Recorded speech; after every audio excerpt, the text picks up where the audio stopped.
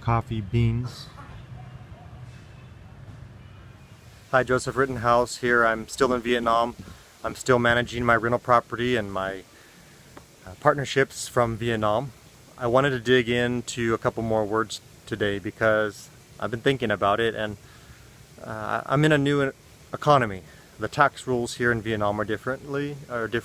The way people think about and use money is different. So I've had a lot of people challenge me on the idea of what is safety, financial security, what is responsibility, what is loving money and not loving money. So I've had to define myself a lot, and I thought I should make a video since I've been thinking about it so much. I'm here at the Trung Coffee Gardens, one of the most famous coffee brands in Vietnam. They have a little garden here. One of the first words is responsibility. I had someone the other day telling me, you need to be a responsible man. And oh, that pisses me off so much, because I get where they're coming from. They're coming from the standpoint of a responsible man. This is even harder when it comes from a woman, but it was coming from a woman. A responsible man wakes up to an alarm clock, he gets on his motorcycle and he goes to work, and he has his suit on and his tie on, and that's a responsible man. The kind of man you'd want to marry, I guess. And it bothered me because this person didn't understand responsibility the way I understand it. That's the way I used to think of responsibility. You get a good education and you get a good job, so now you're a responsible man.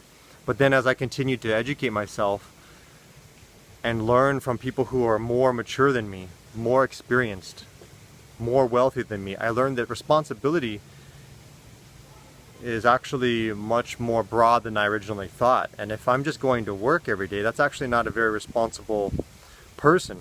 If I were to die tomorrow, what would be left for my family? I left no wealth, no education for them. I had built nothing up for them. I died, and pretty much the only thing left behind of me is my memories and stories and pictures and stuff like that. So I learned later that a responsible man, he builds up multi-generational wealth. He builds up a safety net for his family that is there even if he were to die or get sick or incapacitated. So I had to explain to this lady that I'm actually the more responsible person, because yes, I used to go to work. I used to have an alarm clock and go to work, but I saved my money and I invested my money in income producing assets. Now these things, whether I'm healthy or sick, will continue to take care of my wife and my children and my family.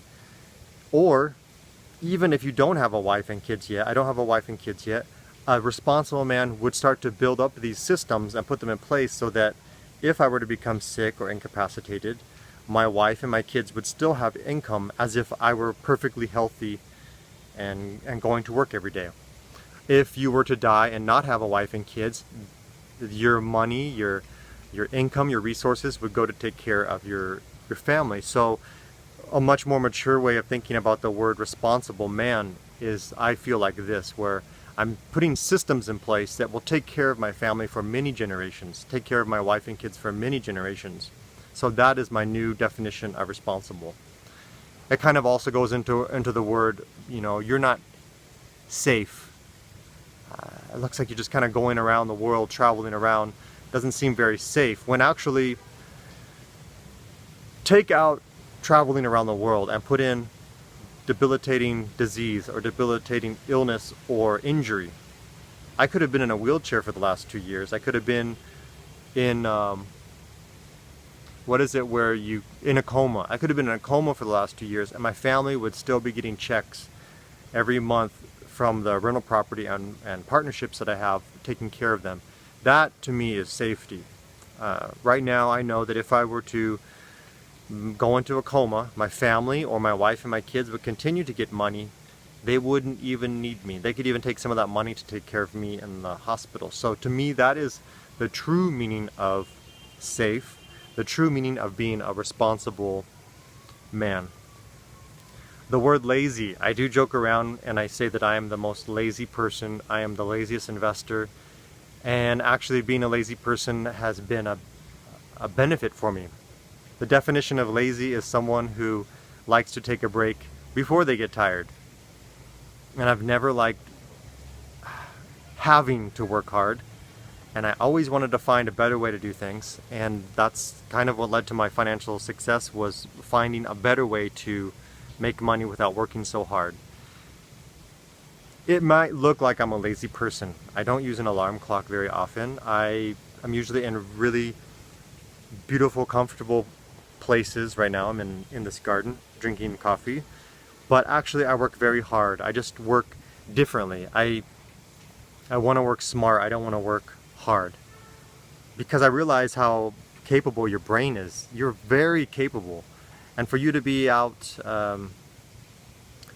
for me to be, when I see someone who's sweeping the floor, I think, man, I bet you they've got a lot of unused potential up there in their brain, a lot of experiences, a lot of ideas, and if I see someone who sweeps a floor for 20 years, I think, man, they really wasted a lot of something that was up here. So I'm actually not a lazy person. I work very hard, but the way I work is different. I work smart.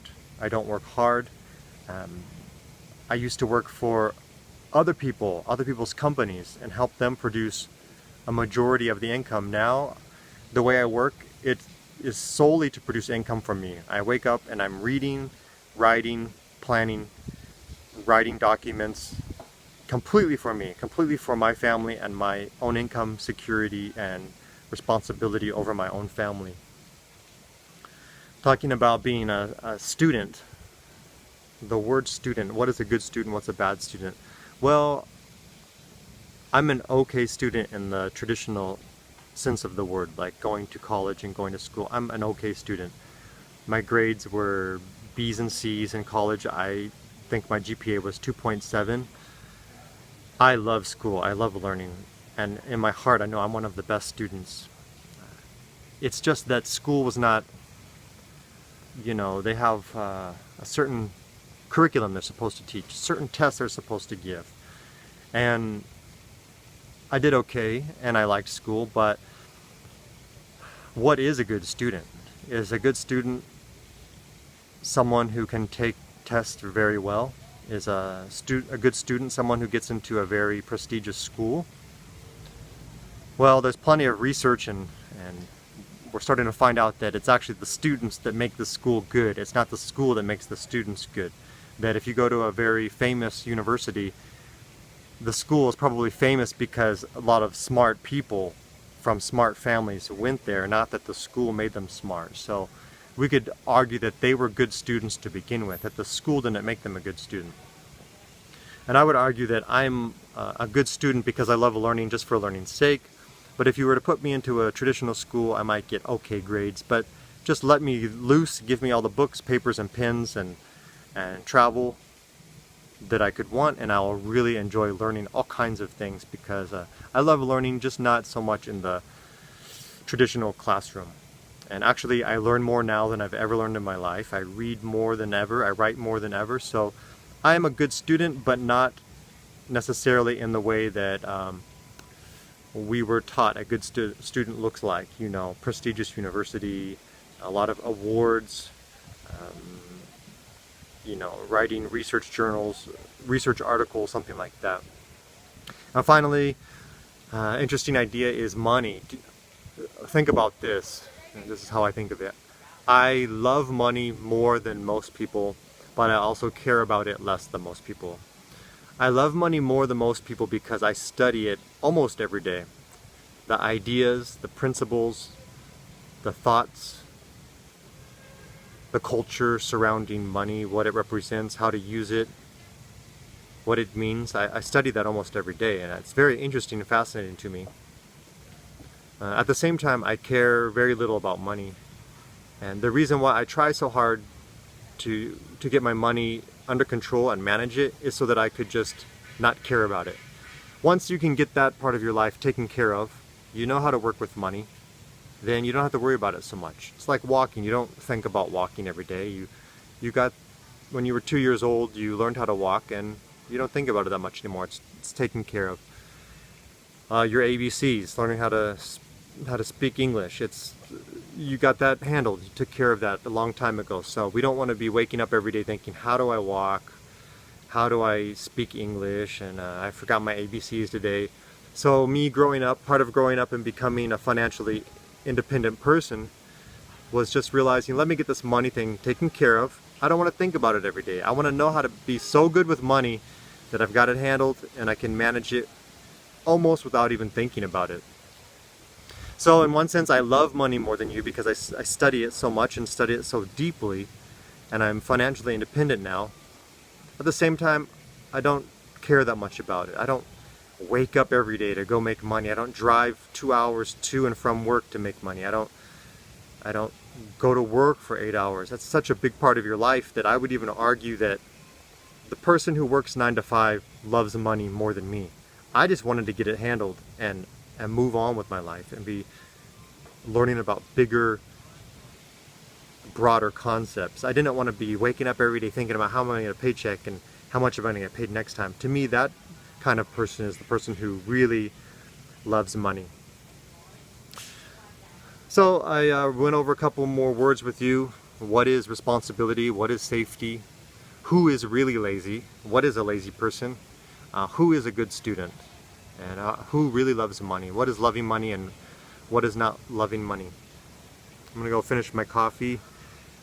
I'm actually in Bun Ma Thuot, Vietnam. About a 35-minute flight north of Saigon. Wonderful weather. This place is perfect. It feels like the beach. Wonderful place. I'll talk to you later. Bye-bye.